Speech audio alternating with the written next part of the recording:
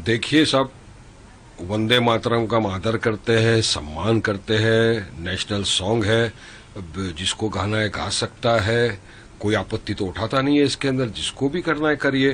लेकिन आर्टिकल 25 संविधान का राइट टू प्रैक्टिस रिलीजन की इजाजत देता है। अगर मेरा रिलीजन के अंदर कोई ऐसी चीजें है जो बोलने से अगर इस्लाम के अंदर अलाउड नहीं है और कोई बोलता है तो अच्छी बात नहीं, आप किसी को फोर्स नहीं कर सकते। देखिए इसके अंदर विजय इमैनुअल का एक जजमेंट है सुप्रीम कोर्ट का, उसमें उन्होंने नेशनल एंथम जो हम पढ़ते जन गण मन अधिनायक जय भारत भाग्य विधाता, हम दिल खोल के पढ़ते, हर जगह हम खड़े रह के पढ़ते, जहां मौका मिलता है हम पढ़ते हैं उसका, और नेशनल सॉन्ग वंदे मातरम का उन्होंने उल्लेख किया है।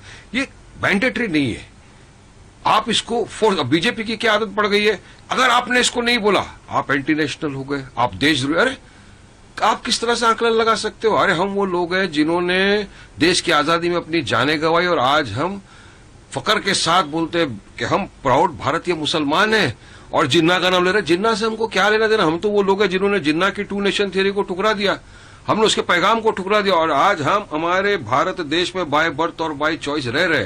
तो किसी पे ये थोपना मैं समझता हूं सरासर सही नहीं है। और बीजेपी को इस तरह से ये बोल देना कि भाई आइए नहीं बोला तो देश, मुझे बताइए ना जंग आजादी में कौन से आरएसएस के बीजेपी के लोग थे जिन्होंने वंदे मातरम बोलते हुए अपनी छातियों में गोली खा ली या फांसी के फंदे पे चढ़ गए लोग? बताइए 52 साल तक ये आरएसएस ने हमारे तिरंगे का अपमान किया था, इनके नागपुर के हेडक्वार्टर में हमारे तिरंगे को नहीं लहराया था, इनके लिए हमारा तिरंगा अपशुगन था। और आज ये हमको राष्ट्रवाद नेशनलिज्म पेट्रोलिज्म का पाठ पढ़ाएंगे? हमको इनसे सर्टिफिकेट लेने की कोई जरूरत नहीं, हम संविधान को मानते थे, मानते रहेंगे। अभी की बात बता रहा हूं आपको, 25 नवंबर के दिन राज्यसभा सेक्रेटरीट ने दिल्ली में एक आदेश जारी किया कि आपको वंदे मातरम और जय हिंद नहीं बोलना चाहिए, पार्लियामेंट का डेकोरम इससे खराब होता है। ये इनका सर्कुलर है, अब इसका क्या बोलेंगे ये लोग? डेकोरम खराब होता है उसकी बात कर रहे हैं ये लोग, और आज हमको ये बोला जा रहा है। तो मैं समझता हूं कहीं ना कहीं इस वक्त इस चर्चा को निकाल कर मोदी सरकार जो है ये मेन जो मुद्दे हैं डेवलपमेंट के, बढ़ती हुई महंगाई के, बेरोजगारी के, से ध्यान भटकाना चाह रही है। आज आप खुद देखिए इंडिगो की फ्लाइट की वजह से इतने लोग हैरान परेशान घूम रहे हैं, उनके लिए सरकार ने क्या किया? बस आप खाली उनको रिफंड दे दो। रिफंड से काम नहीं चलता ना साहब, आपको एक ये निकालना चाहिए कि आप पेनल्टी दो, जितना मानसिक तनाव आपने लोगों को दिया। गोवा के अंदर 25 लोगों की जानें चले गई सरकार की वहां की जो है उसकी लापरवाही की वजह से।